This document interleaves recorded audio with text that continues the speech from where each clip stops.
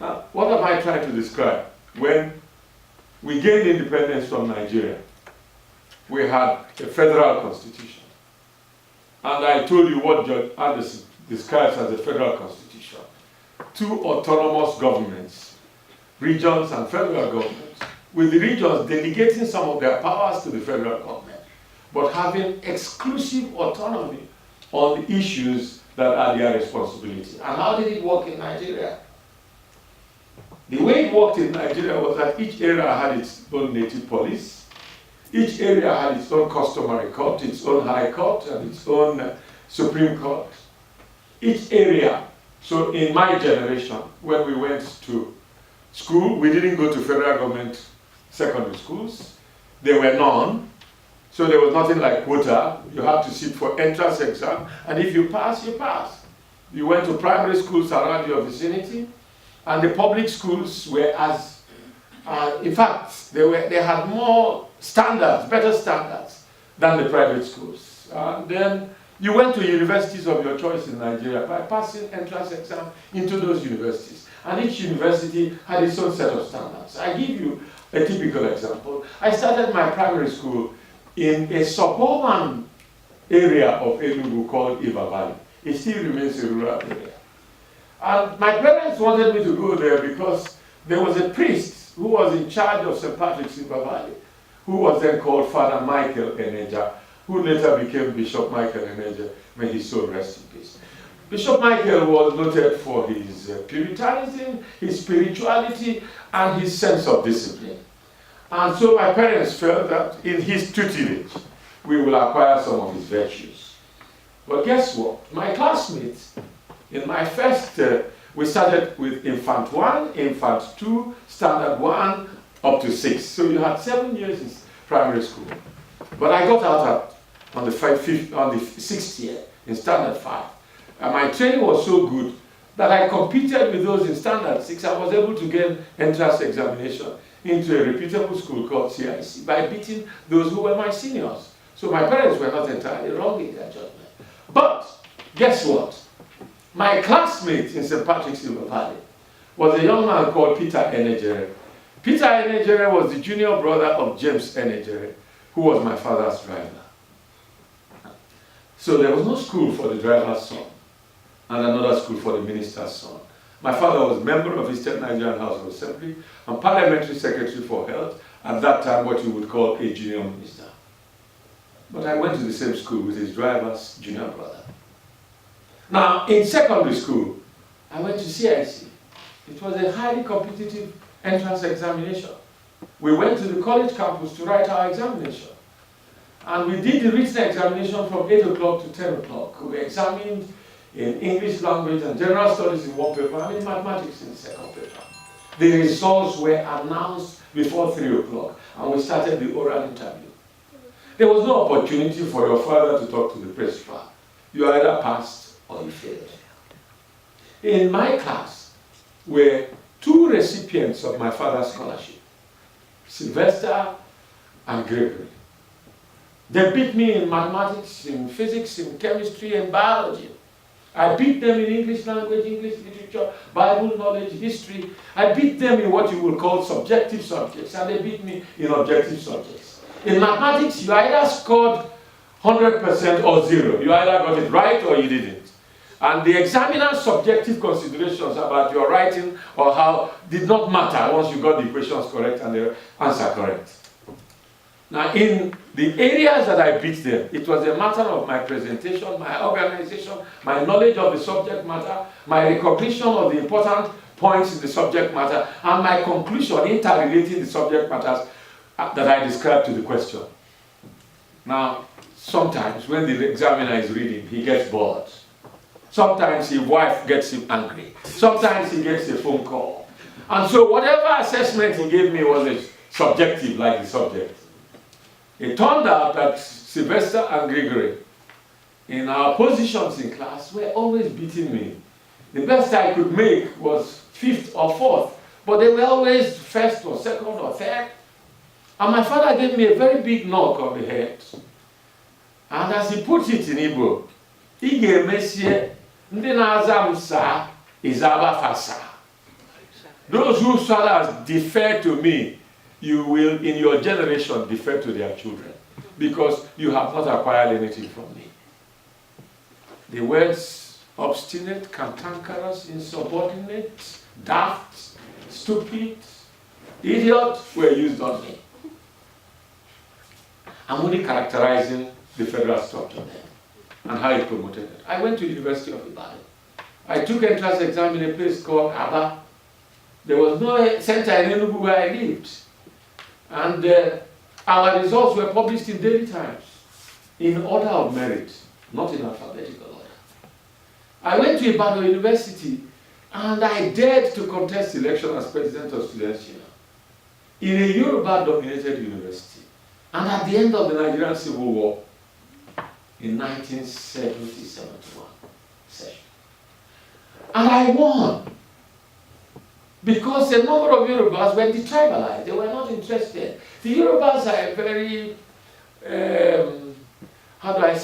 obeying and culturally civilized community. They were not interested in where you come from. They were interested in what you had to offer. And so when I spoke and Nwodo spoke, they clearly chose me. The women folk in the student body were not as civilized as the core Yoruba. The women were more interested in the looks of the candidates. Somehow, forgive my vanity, but it looked like I was more handsome. So this was the arrangement we had. The first oil well that Nigeria had was in a place called Oloibiri in what is now Bayelsa State. It was commissioned by my father as Minister of Commerce and Industry for Eastern Nigeria. It was in the concurrent legislative list. In other words, the state government could invest in mineral resources just as the federal government could invest. What was different was how the profit was shared. And I'll explain to you as I go on through this lecture about how it was done and how we want to do it.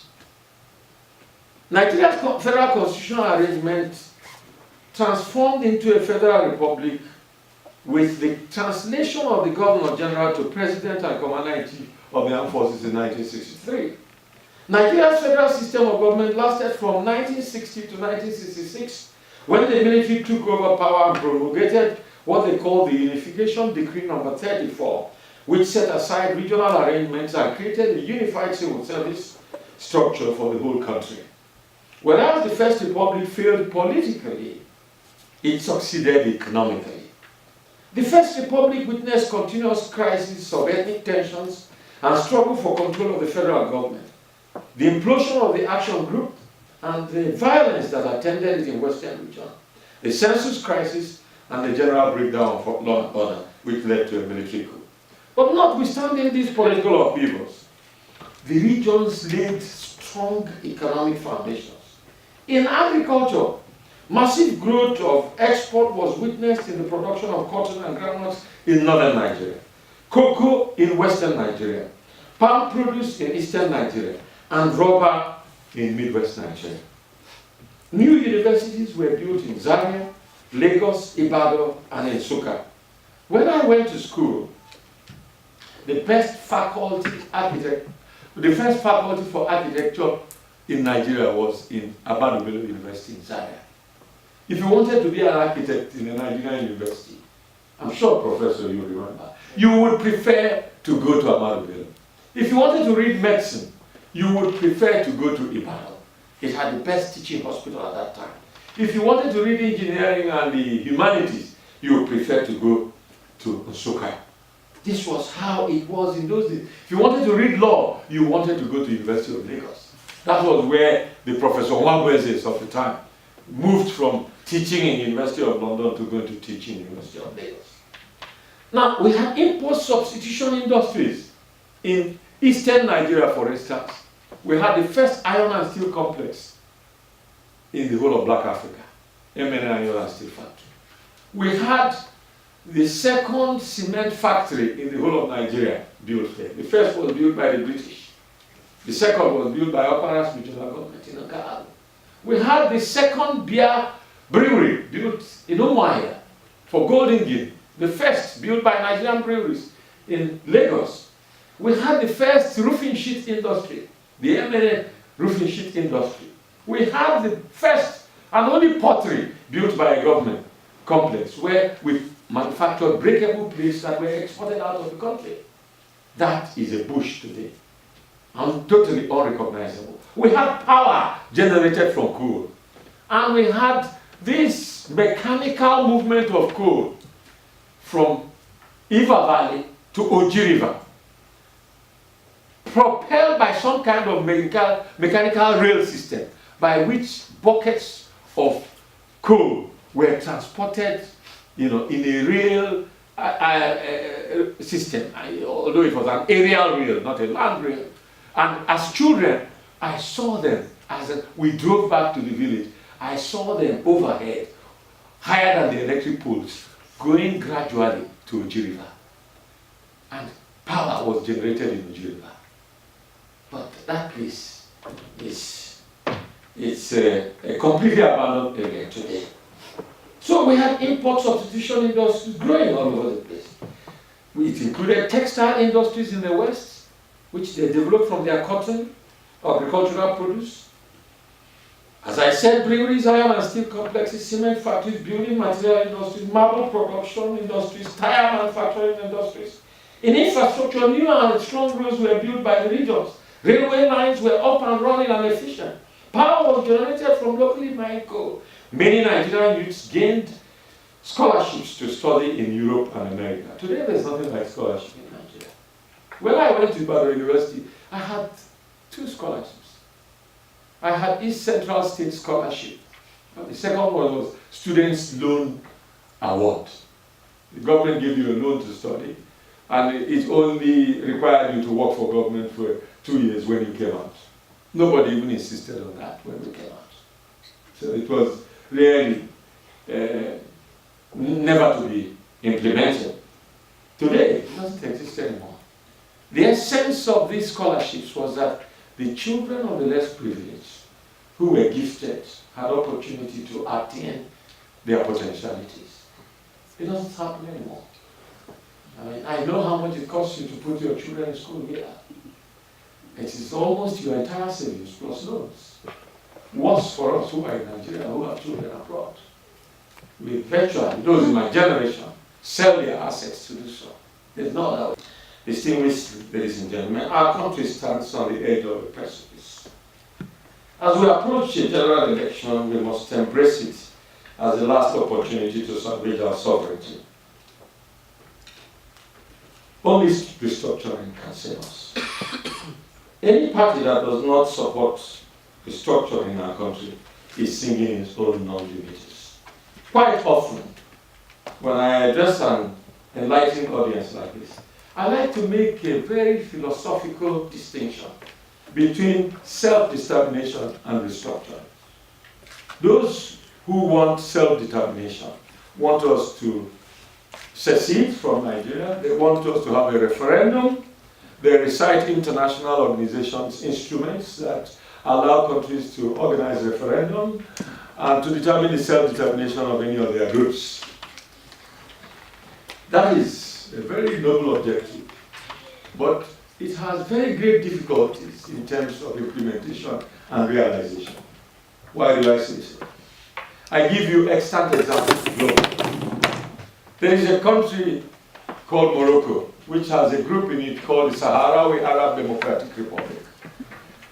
Ever since I joined President Shehu Shagari's government in 1979, and I had the privilege of attending meetings of the Organization of African Unity, then now called African Union, the issue of Sahrawi Arab Democratic Republic was repeatedly on the agenda of the AU. It's still not solved till today. We are all witnesses of the Catalonian example in Spain. In Spain, they had achieved restructuring by having regional governments and regional legislature. They even went further by the regional government of Catalonia organizing a plebiscite in which there was an outstanding majority in favor of self-determination. We can't even organize one like that because we have state electoral commissions whose statutes only allow them to organize state local government election councils. So they are not allowed, empowered by law, to organize referendum. nor are they empowered to have a coalition of all state electoral commissions to organize something outside the statutes that establish them. So from a procedural point of view, we are already jaundiced by the legislation that created the states, which were, of course, legislations that were not subject to public acclamation or support. There was no referendum for them. But, you know, this is the law. This is the law that governs us today. And without it, there is chaos. So we are almost forced to comply with it, even though it is not in our will. Now, all the functionaries of government are elected under this law. So we have more or less acquiesced to it. Any attempt to subvert it will be seen as treasonable because it will be seen as questioning the law. And they will turn on the full arm of the law against you. In a country where the security apparatus functions outside the proclamations of the Constitution, that every federal organization must reflect a federal character. In Nigeria, all the 16 military and paramilitary organizations are commanded by people outside Eastern Nigeria or Southeastern Nigeria. We have been declared technically incompetent or unreliable to head any military or paramilitary organization, which dramatizes our hopelessness in a country called Nigeria. But if you can't achieve secession, you can achieve restructuring, diplomatic move. Now, 4 regions are asking for one instead of 1 region. So nobody will have Operation Python dance in 4 regions at the same time. Doesn't it make sense? Yeah. Secondly, if it is a matter of vote, 4 regions will outvote 2 regions. And right now, as I left Nigeria, I'm sure you read in the social media, every major presidential candidate in the opposition has signed up to restructuring. Every major one says restructuring is the way. I mean, Sarake endorses restructuring. Vice President Atiku Abubakar endorses it. Governor of Sokoto State endorses it. Governor of Gombe State endorses it. I mean, what is left? We have put it on the political lexicography of Nigeria. We have made it occupy a center stage in the manifesto of anyone aspiring to a public office. So, all this going on here also, if a photo I cannot end this lecture without thanking Igbos in Coventry for inviting me to share my thoughts on the restructuring of the Nigerian Federation with you and to enjoy your New Yam Festival later this evening. Igbos in diaspora are a very vital segment of our society. You are the ones exposed to the new world order which we crave for in order to resurrect our economy. You are the ones with diverse skills which we need to retain our workforce and to plug into a new world order. You are the ones with a new vision of political leadership. Ohaneze counts on you to join hands with our political leadership to achieve a restructuring of the Nigerian Federation and to promote the emergence of an eastern region, which will be the fastest growing region in Nigeria. I'm confident that you will not let us down. I thank you for your kind attention.